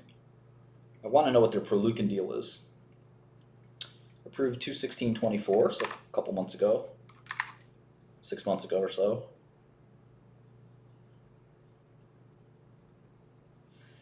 Well, they only have 70 ATCs, so you can only get this in certain places, which is a little tricky.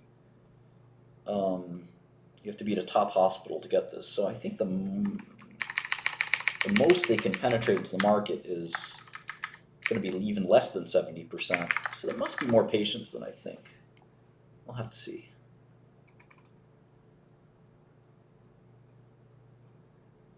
%75 covered by private payers.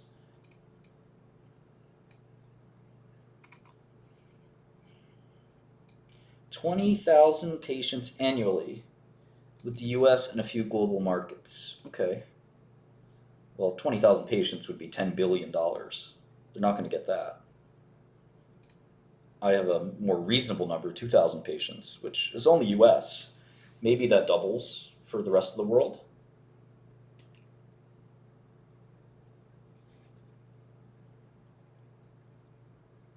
I'm not sure Europe's going to pay for this. But UK, Canada, Australia, those countries are cheap too. Switzerland less so, but small country.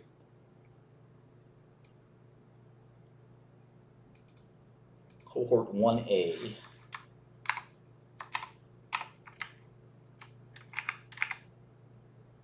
This is frontline study.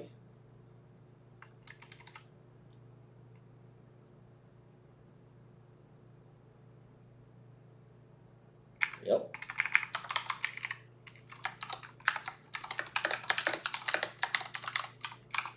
Okay, so there's some opportunity here if you do it with checkpoint inhibitors.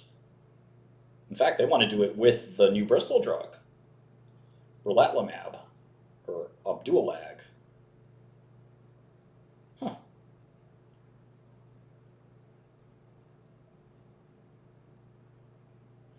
Well, so it's a smart company, man. They're trying to get all the patients. I don't know if that price is going to stick for first line, but here's the completely different subject. They're doing lung cancer. Now we're cooking, right? This could be a completely new market for them. Could be a 5x, 10x market for them. Let's see if there's anything real we can hang on to there. I don't assume anything until I see the data. It's tantalizing, but we don't know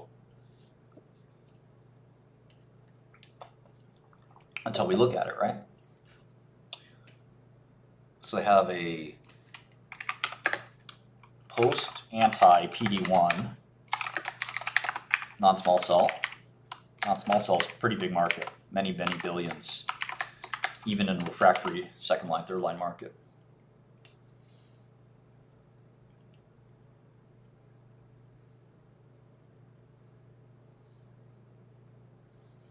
So they're trying to go for approval here.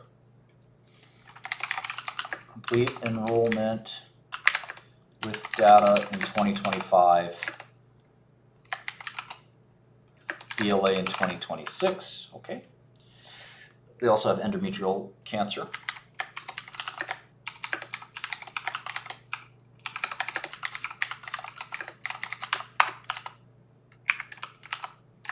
And then they have something called IOV 4001, which is PD-1 inactivated TIL. That's pretty smart.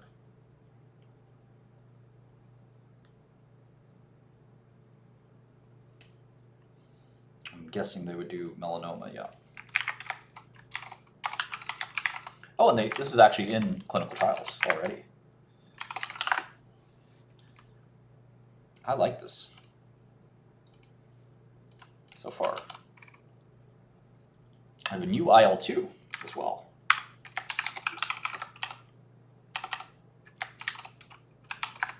A lot of people try to make new IL-2s. I don't know if it's... All right, now there's IL-12. Oops.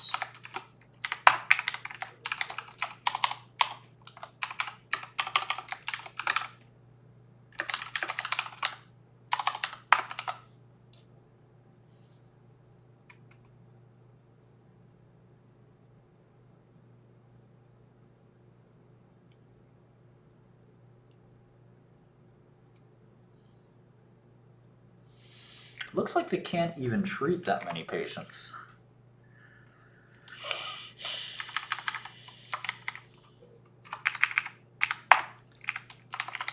They can treat enough. Looks like they can treat maybe $1.5 billion of revenue or something like that.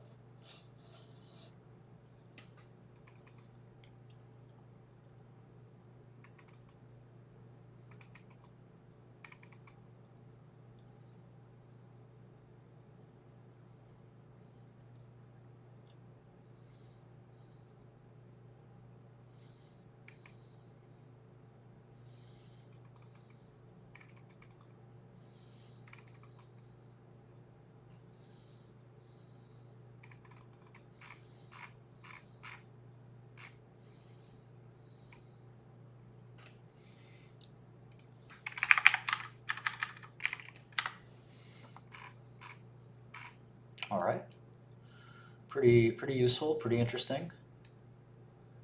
Let's keep going. I wonder, I guess they didn't do a conference call, or did they? We can check that out too.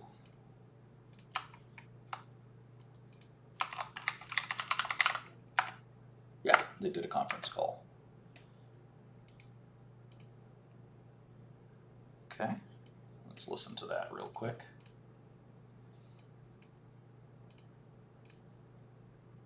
Welcome to Iovance Biotherapeutics conference call to discuss second quarter 2024 results and recent corporate updates. My name is Daniel, and Daniel's got a hell of a lisp. I will be your operator for today's call. At this time, all participants are on listen-only mode. Later, we will conduct a question and answer session. Please note that this conference is being recorded. I will now turn the call over to Sarah Lorena, Senior Vice President and Investor Relations and Corporate Communications at Iovance. Sarah, you may begin. Thank you, operator. Good afternoon, and welcome to Iovance conference call and webcast to discuss our second quarter and first half 2024 results and corporate updates. Dr. Fred, our interim president and chief executive officer, will provide an introduction and summarize key updates for our U.S. commercial launch and Efficacy, including revenue guidance and our pipeline program. Jim Ziegler, EVP. I don't think they'd change the price for non-small cell. I think they would frontline melanoma or second-line melanoma or first-line melanoma with Keytruda, which is already expensive. I mean, you're talking about really expensive therapy. They might have to discount it. Commercial will highlight additional details of the U.S. commercial launch of Efficacy in advanced melanoma. Dr. Berlinski, Chief Operating Officer, will comment on our commercial manufacturing experience and capacity expansion plan. John Marcelline, CFO, will review our financial results, including revenue and financial outlook, and Dr. Frederick Finkenstein, Chief Medical Officer, will review key clinical pipeline updates.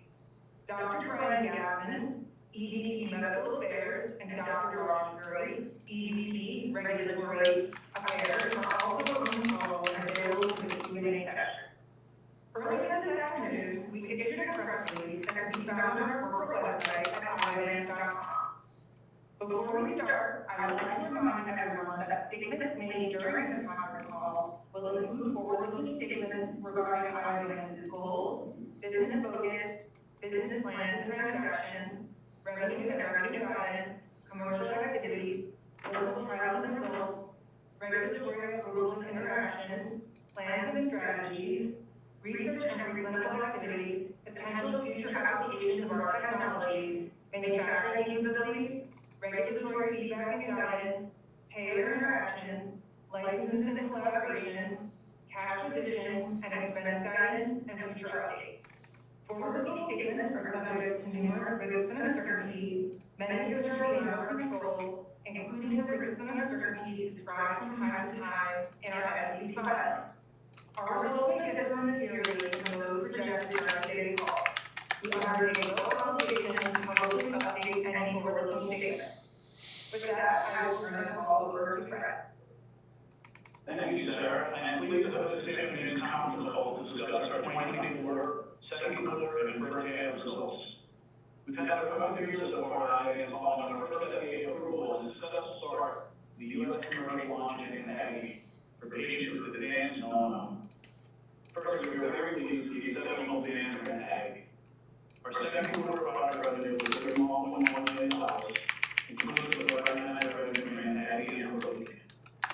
In Efficacy, revenue was recognized upon infusion, while our Protocol revenue was recognized upon delivery, typically a few months prior to Efficacy infusion, providing a strong leading indicator of demand in the future Efficacy revenue. The initial quarter of product revenue from our U.S. launch demonstrates early success from our team's execution, as well as the unmet need, high risk, broad patient access, and motivated authorized treatment centers for ATCs. With the Efficacy showing meaningful benefit for patients treated in the commercial setting, we expect continued launch momentum, which I'll return to in a moment. As Jim will discuss, we have a very engaged network of more than 50 current ATCs. The ATCs are proposing that the training and infrastructure to treat patients with Efficacy. We also remain on track to have at least 70 ATCs by the end of the year. It says here that the lung cancer data is 26% objective response rate.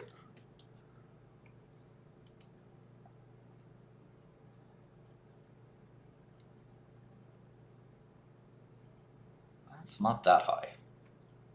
It's not bad though. I think it's about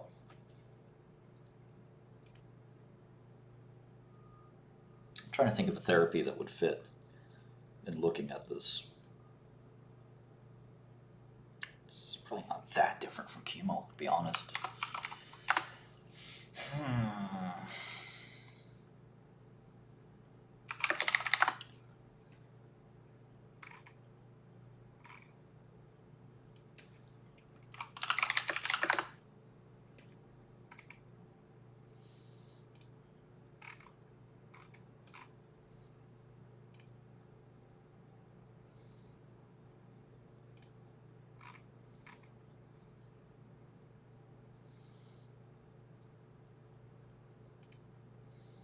I closed it by accident.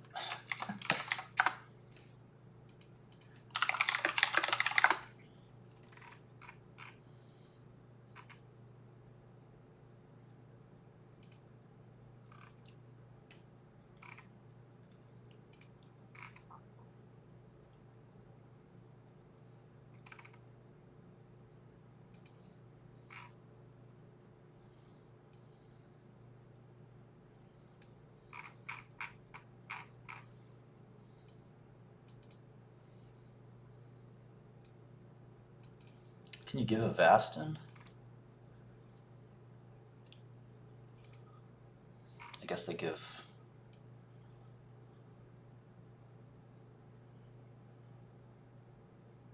Oh, this is old. Okay.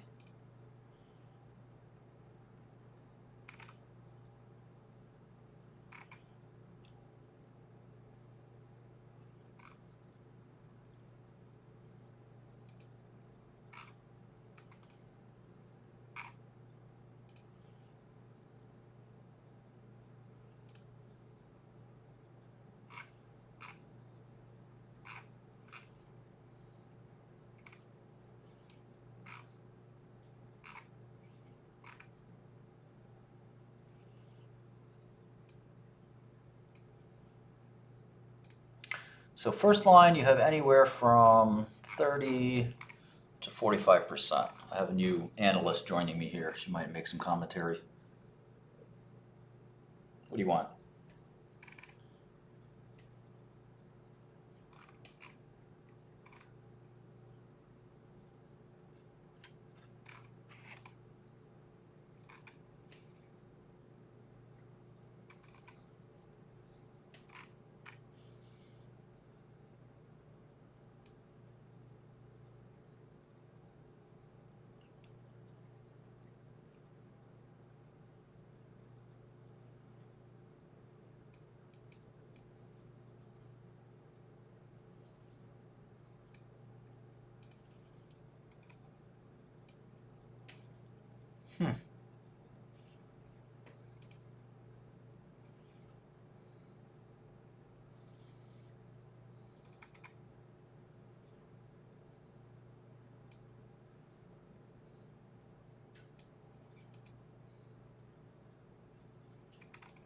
Okay, there's ramucirumab, which is a Lilly drug.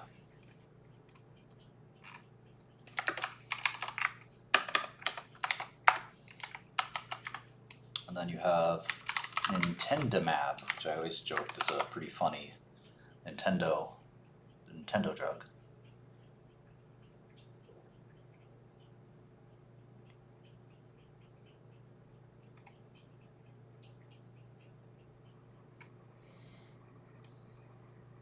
Well, here's the 36% response rate.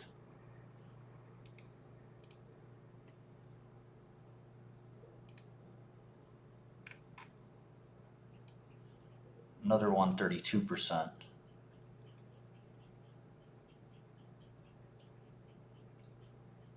So this is tricky because second line is a big opportunity, but you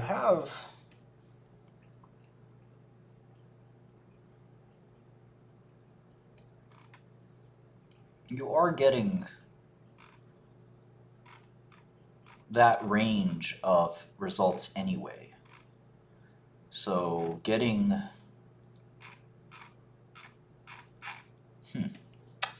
30% response rate, 26% in this case, it's not that good. For monotherapy without side effects, it's pretty good.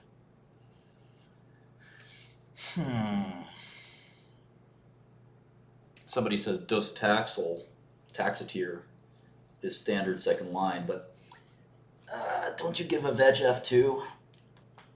Give triplet, docetaxel, carboplatin, and either Avastin or Cinraza.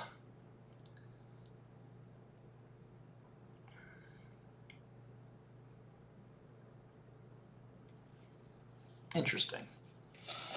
So it's not a slam dunk, I'll say that. But look, I mean, the more options you have, the better. And it's a small cohort, 23 patients, so it's not really a gigantic amount of people there. And it's in wild type, so these are outside of the addicted tumors. 1 CR, 5 PRs, I don't think you can read too much into that. Yeah, I mean, it's certainly something.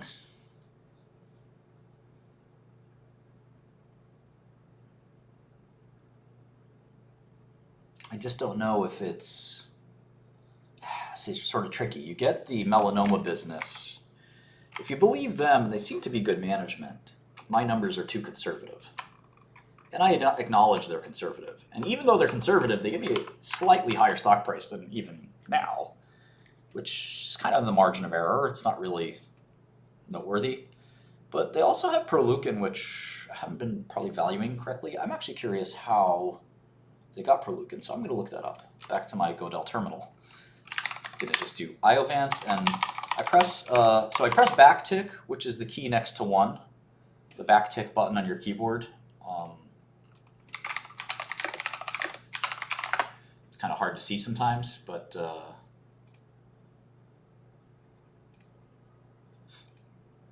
some people call it different names, but this is the backtick button. It's right next to the 1, to the left of the 1. So when you press backtick on Godel, it takes you to the terminal. If I'm out here somewhere and I need to go to the terminal, I press backtick. Then I type in the ticker, Iovance. I can hit tab, or like if you're a Bloomberg user, you could hit F8, which is the way Bloomberg works for equity. And then I could do CF for company filings. And here I see all the company filings. I want to read the 10K, because I want to see how they got Proleukin. Where did it come from?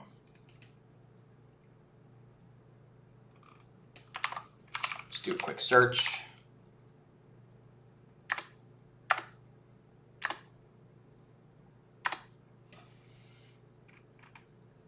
Ah, there it is. Oh, they bought it from Clinigen. 2023. Very cool. I wonder what that deal looked like.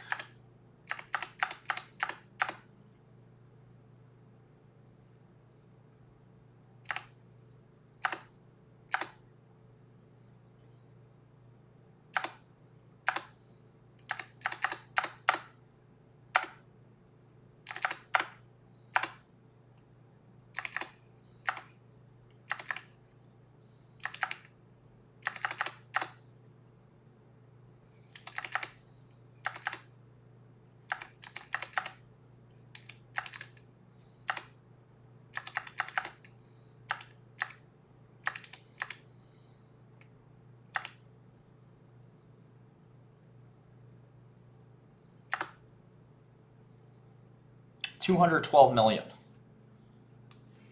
Sounds like a pretty damn good deal. Wish I did that deal.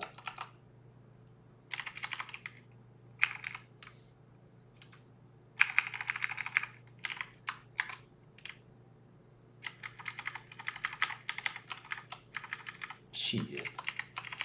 Basically bought it for 4 times sales. Smart. And if it goes up because it's used with this drug, even smarter. Let's see. I said it will go up significantly. So now you get to 4 billion. And again, that's pretty conservative. I'm not giving them credit for any of the other cancers.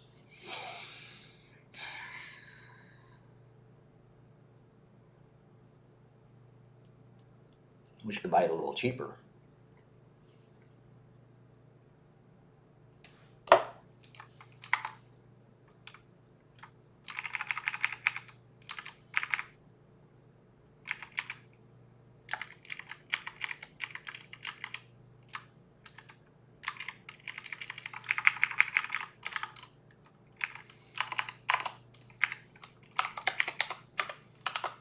There's also going to be other drugs in the mix here. I mean, it's not going to be permanently the same opportunity. I could easily see it double, though. I mean, yeah, I like it. I would be long. It's not like, I mean, if long works out, it's working out, obviously, to some extent. I just wonder, I guess you don't want to give this with chemo. You'd have to do a registration trial that, I mean, for some patients, they prefer this to chemo, perhaps, but they have to go through a myeloablative regimen anyway.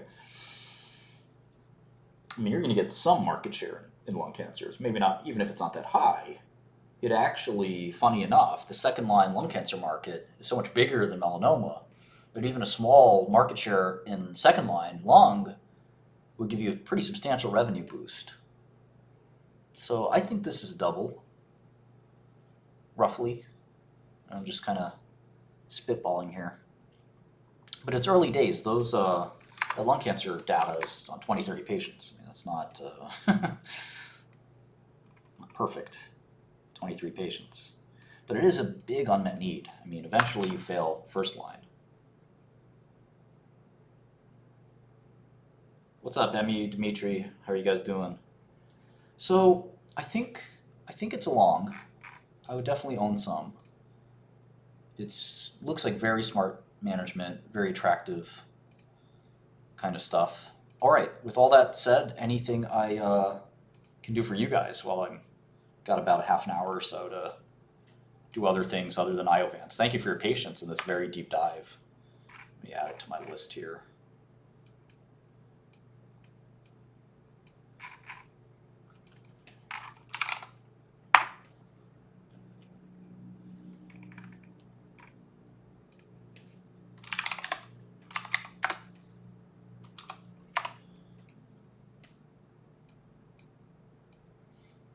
Just going to keep it on my screen like that.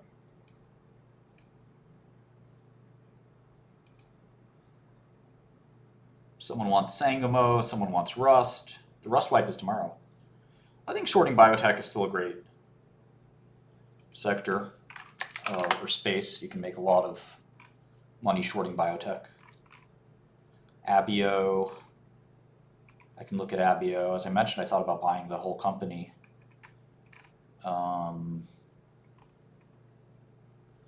AMD, Bitcoin. NVIDIA reports next week.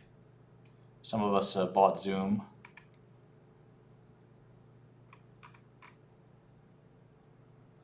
Let's see what Abio's up to. I haven't looked at Abio in forever.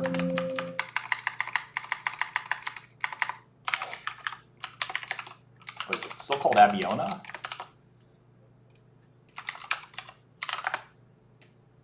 Abiona.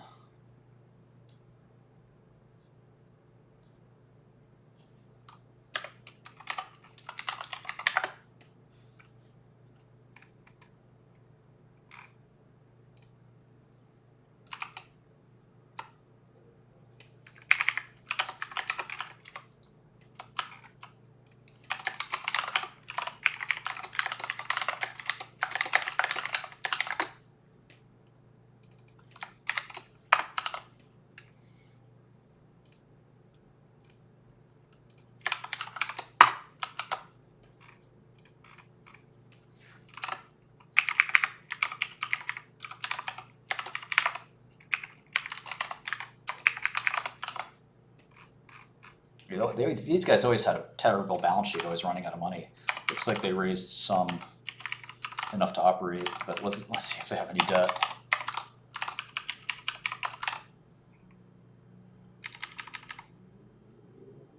Tiny bit of debt.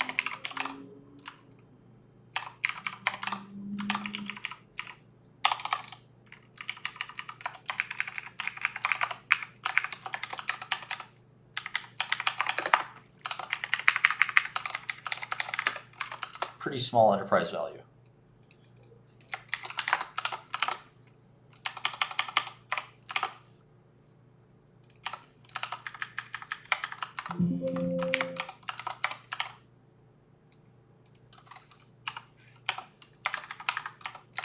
One of the problems these guys always had is they always had a ton of like mediocre looking projects. They never had like one amazing drug. They're like 50 so-so drugs in the clinic.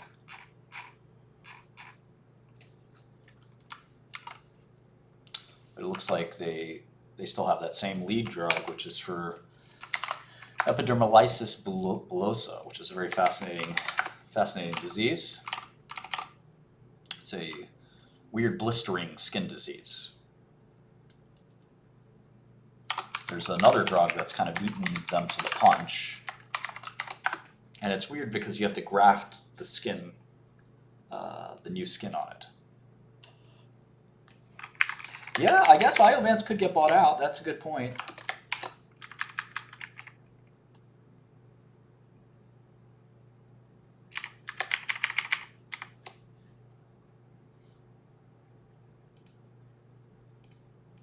But I don't really think about that when I invest. I just think about, is this a valuable company or not? All right, so this is also autologous cell gene therapy. So that's funny. It's not, I mean, Iovance isn't gene therapy, but it's still kind of interesting. A lot of cool things you can do in biotech, right?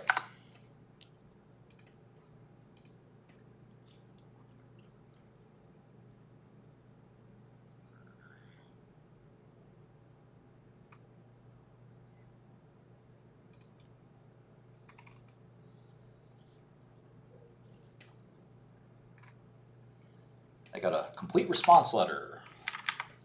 It's not what you want when you're working with the FDA. A complete response letter means no.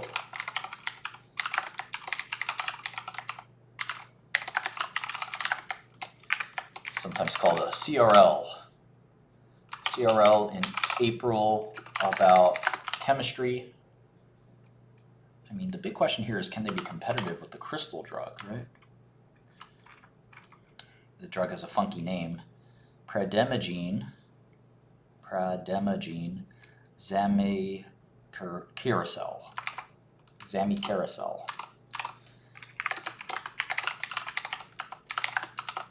They'll eventually have a real name.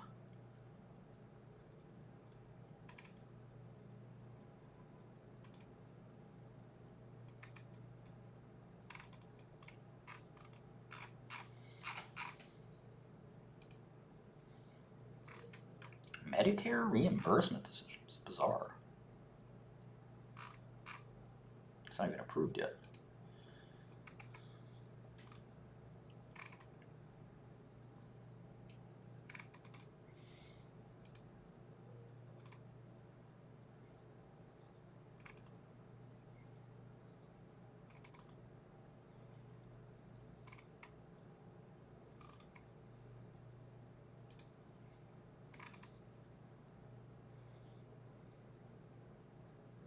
It used to be called EB 101.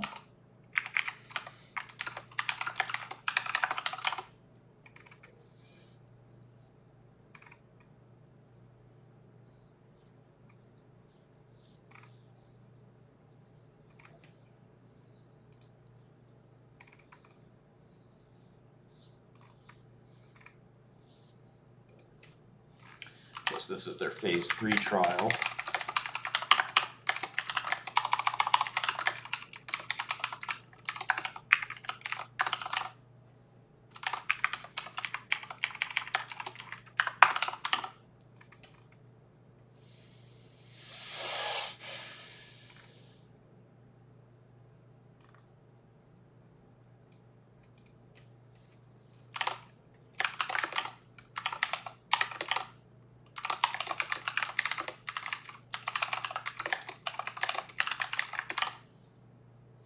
Ah, okay.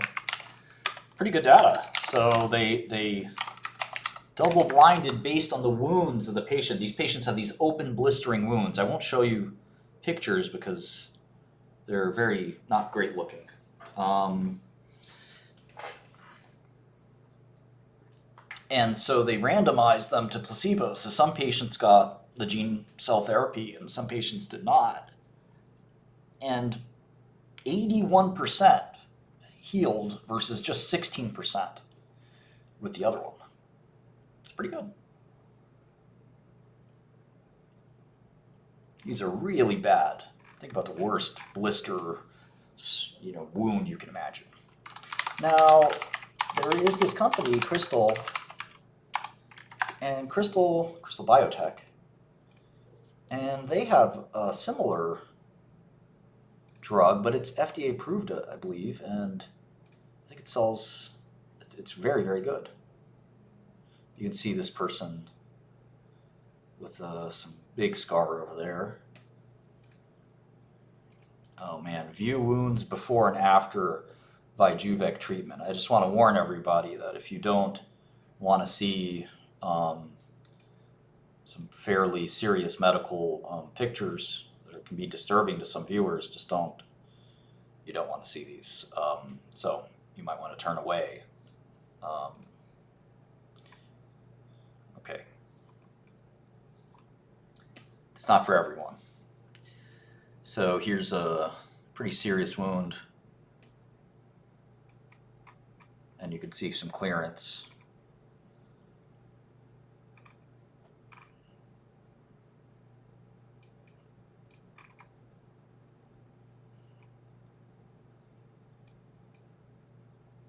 This data doesn't look that different from the Abiona data. I thought it was like a much better data, but 68 versus 23. It's about the same as the Abiona data. If anything, the Abiona data is a little better. How are they selling? Let's see.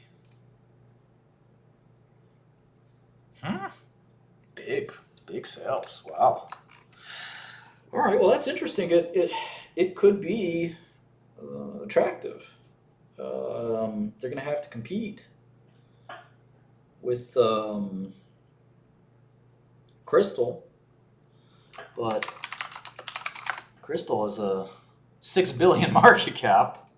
They have some other drugs, and Abiona's got a $100 million market cap. So, you know, they could sell pretty well there. This is a company that could never get anything right. They just kept shooting themselves in the foot over and over and over again. So it's just like, I think that's why the stock's been such a dog. Nobody trusts these guys. Nobody believes them. So they finally going to get it right, or will continue to disappoint? And there's been some companies in the past where it's just like dog after dog after dog. So we have to look at Abiona in more detail, but that's my quick take. Is it's definitely interesting. Could be some serious upside there. All right, guys. Well, that was fun. Is Keith Gill bankrupt from GME? I don't know. Hope not.